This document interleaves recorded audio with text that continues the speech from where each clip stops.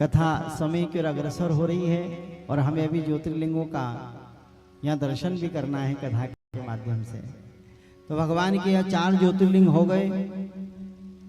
5वें ज्योतिर्लिंग जो है वैद्यनाथ ज्योतिर्लिंग। ये वैद्यनाथ ज्योतिर्लिंग कहाँ पर है? अच्छा, वैद्यनाथ ज्योतिर्लिंग के 2 ज्योतिर्लिंग को माना जाता है। बोले एक ज्योतिर्लिंग है परल्याम वैद्यनाथम च। बोले परली में, परली कहाँ पर है? बोले महाराष्ट्र की पावन भूमि पर एक शहर है परभणी। परभणी के पास में हमारे भगवान वैद्यनाथ ज्योतिर्लिंग के रूप में विराजमान है। परंतु एक संदर्भ ऐसा भी आता है कि झारखंड में देवधर में भगवान महादेव का वैद्यनाथ ज्योतिर्लिंग है, परंतु शिव पुराण अंतर्गत परल्याम वैद्यनाथम च, बोले परली के जो वैद्यनाथ हैं उसकी अधिक मान्यता मानी गई है। वो 12 ज्योतिर्लिंग में आते हैं, इसलिए यह वेदों के देवता हैं। साक्षात यह वैद्यनाथ हैं। ये भगवान यहाँ पर कैसे प्रादुर्भाव हुए? बोले एक बार रावण अपनी प्रतिष्ठा बढ़ाने के लिए भगवान महादेव का तप करता है और भगवान का तप करते हुए यज्ञ करता है और यज्ञ में अपनी गर्दन काट काट करके डालता है। तो 9 गर्दन शीश काट करके यज्ञ में डाले, 10वीं काट ही रहा था कि भगवान महादेव प्रकट हो गए। भगवान महादेव ने कहा, रावण क्या चाहते हो? बोले प्रभु आपको मैं अपने लंका लेकर के जाना चाहता हूँ। भगवान का लंका तो चलेंगे, परंतु हमारी एक शर्त है। बोले क्या शर्त है प्रभु बताइए? बोले हम ज्योतिर्लिंग के रूप में तुम्हारे साथ चलेंगे और हमारे ज्योतिर्लिंग को अगर तुमने कहीं पर भी धरती से स्पर्श करा दिया तो ध्यान रखना फिर हमारा ये ज्योतिर्लिंग वहां से कभी भी उठेगा नहीं। रावण ने कहा महाराज हमको क्या ऐसे ही समझते हो? 10,000 हाथियों का बल है हमारी भुजा में, हम आपको उठा के ले जाएंगे। भगवान को लेकर के जा रहे थे तो महाराष्ट्र की भूमि तक पहुंचे और इधर भगवान गणेश ने अपनी मैया से कहा, मैया हमारे पिताजी तो जा रहे हैं, अब पिताजी को कैसे रोका जाए? बोले बेटा तुम ही कुछ करो, तुम ही शोक विनाशक हो, अपनी माँ का शोक दूर करो। तो भगवान गणेश बने हैं ग्वाले और माँ पार्वती बनी है गाय, और गंगा मैया को भगवान गणेश ने कहा कि तुम रावण के शरीर में प्रवेश कर जाओ। गंगा रावण के शरीर में प्रवेश कर गई। अब रावण के शरीर में गंगा मैया ने प्रवेश किया तो इतना वेग हुआ गंगे मैया का कि रावण सहन नहीं कर सका। अब रावण को लगी लघु संख्या, अब भगवान पास में है तो जाए कैसे? तो उसी जंगल में गणेश भगवान ग्वाला बन करके और मैया पार्वती गाय बन करके घास खा रही है। ग्वाले बन करके भगवान गणेश गाय चरा रहे हैं। जैसे ग्वाले को देखा रावण ने ग्वाले के पास में गए, कहा भैया थोड़ा हमारे शिवलिंग को संभालो, हम जरा आते हैं बाहर से। रावण ने जैसे भगवान गणेश के हाथ में दिया, ग्वाले के हाथ में शिवलिंग दिया, शिवलिंग को भगवान गणेश ने वहीं पर रख दिया और वहां से अपनी मैया के साथ वापस कैलाश पर आ गए। रावण जैसे वापस आकर के देखता है तो शिवलिंग धरती पर स्पर्श करा हुआ है। रावण ने बार बार प्रयत्न किया उसको उठाने का, परंतु 1 इंच भी नहीं हिला और रावण को निराश होकर के लंका लौटना पड़ा। इस प्रकार हमारे भगवान वैद्यनाथ ज्योतिर्लिंग के रूप में वहां पर विराजमान हुए। वैद्यनाथ क्यों?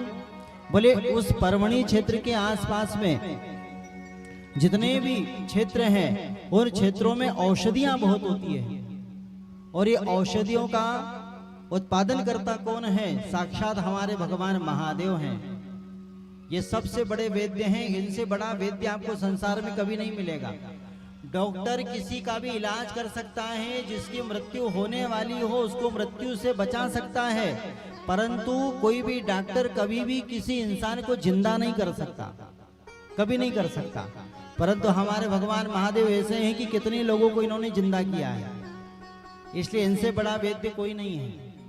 इसलिए भगवान को औषधियों के देवता माना जाता है, इसलिए इनका नाम वैद्यनाथ पड़ा है।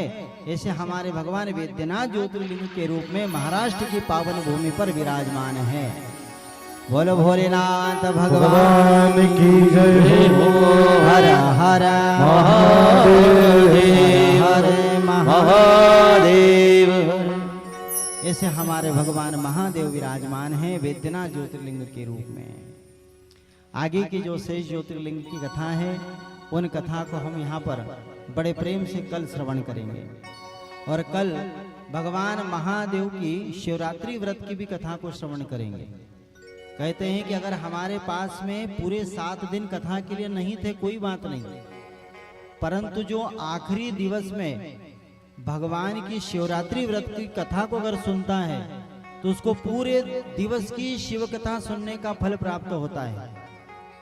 इसलिए भगवान की शिव कथा को जब सुने, शिवरात्रि व्रत कथा को जरूर सुने। अगर हमारे पास ये इतने दिन समय नहीं था, कुछ लोग नहीं आ पाए, तो कोई बात नहीं, उन्हें जाकर के कहिए भैया कल कथा का विराम दिवस है और विराम दिवस में भगवान की दिव्य और भव्य शिवरात्रि व्रत की कथा है, तो आप उसे अवश्य श्रवण करें। उससे भी हमें बहुत आशीर्वाद प्रदान करते हैं महादेव। तो आइए सभी जने भगवान महादेव की यहाँ पर आरती करेंगे। उसके बाद सभी प्रसाद लेकर के अपने घर को प्रस्थान करेंगे। तत्पश्चात यहाँ पर रामलीला का आयोजन होगा। आप बड़े आनंद से रामलीला का यहाँ पर दर्शन करिए। और कल कथा का विराम दिवस है, एक सूचना है। और विराम दिवस में भगवान की पावन कथा का जो कल यहाँ समय रहेगा वो शाम को 6 बजे से रहेगा। तो समय का विशेष ध्यान रखना। कल अपने घरों से निवृत्त जल्दी हो जाना काम से और 6 बजे यहाँ पर आना। 6 से 9 तक कथा यहाँ पर चलेगी। कल कथा का अंतिम दिवस है और यहाँ पर जितने भी ब्राह्मण, संगीतकार और संत लोग हैं, इनके यहाँ पर कल विदाई का भी आयोजन रखा गया है। तो समय का विशेष ध्यान रखें और भगवान की पावन कथा को श्रवण करें। एक बार हमारी ओर से, व्यासपीठ की ओर से समस्त समिति का बहुत बहुत साधुवाद, बहुत बहुत आभार व्यक्त करते हैं, जिन्होंने हमको यहाँ पर यह दिव्य और भव्य कथा का लाभ हमें दिया। आइए सभी जने अपने स्थान पर खड़े होकर के भगवान भोलेनाथ का आरती करेंगे। और एक सूचना और है, जिस प्रकार हमने कल बताया था कि जिसको भी यहाँ पर रुद्राक्ष चाहिए हो तभी कथा के बाद में यहाँ पर आप रुद्राक्ष उपलब्ध हैं। देखिए अभी हमारे पास में ज्यादा रुद्राक्ष नहीं है, जिनको मिल जाए सो मिल जाए। थोड़े से रुद्राक्ष जिसको लेना है जल्दी से ले लेना। 5 मुखी रुद्राक्ष भी है, 4 मुखी रुद्राक्ष भी है और 6 मुखी रुद्राक्ष भी है। इन रुद्राक्षों की अलग अलग महिमा है। जो 4 मुखी रुद्राक्ष है विशेष करके व्यापार के लिए और रोग के लिए भी होता है। तो जिसको अपने व्यापार के लिए चाहिए हो 4 मुखी रुद्राक्ष ले, रोग के लिए चाहिए 4 मुखी रुद्राक्ष है। और 5 मुखी रुद्राक्ष सभी कामों में, सभी स्थिति में काम आता है। और 6 मुखी रुद्राक्ष भी लीजिए। 6 मुखी रुद्राक्ष जिसे किसी प्रकार का दोष लग जाए, वो दोष के निवारण के लिए 6 मुखी रुद्राक्ष को भी हम धारण कर सकते हैं। तो कथा के बाद में यहाँ पर नीचे जो हमारे यहाँ पर पंडित जी आए हैं वो यहाँ पर बैठेंगे, आप उनसे ग्रहण कर सकते हैं और उनसे रुद्राक्षी के लिए आप चर्चा कर सकते हैं। आइए सभी जने भगवान महादेव की अब दिव्य आरती करेंगे। हरिओम। जितने भी माताओं, बहनों एवं ग्रामवासियों से निवेदन है कि कल हम लोग का अंतिम दिन होगा। प्रवचन भी कल हम लोग का अंतिम दिन होगा और प्रवचन का समय कल 6 बजे से रहेगा। अतः जिन श्रद्धालुओं, माताओं, बहनों, ग्रामवासियों से निवेदन है कि बाबा को श्रद्धा सुमन जो भी आप देना चाहेंगे, क्योंकि बाबा ऋषिकेश से आए हैं और कल के बाद हमारे बीच से यहाँ इनका विदाई होगा। अतः आप लोग जो भी श्रद्धा पूर्वक जो भी जाना चढ़ाना चाहते हैं कल अपने साथ लेके आएंगे। धन्यवाद। हरिओम।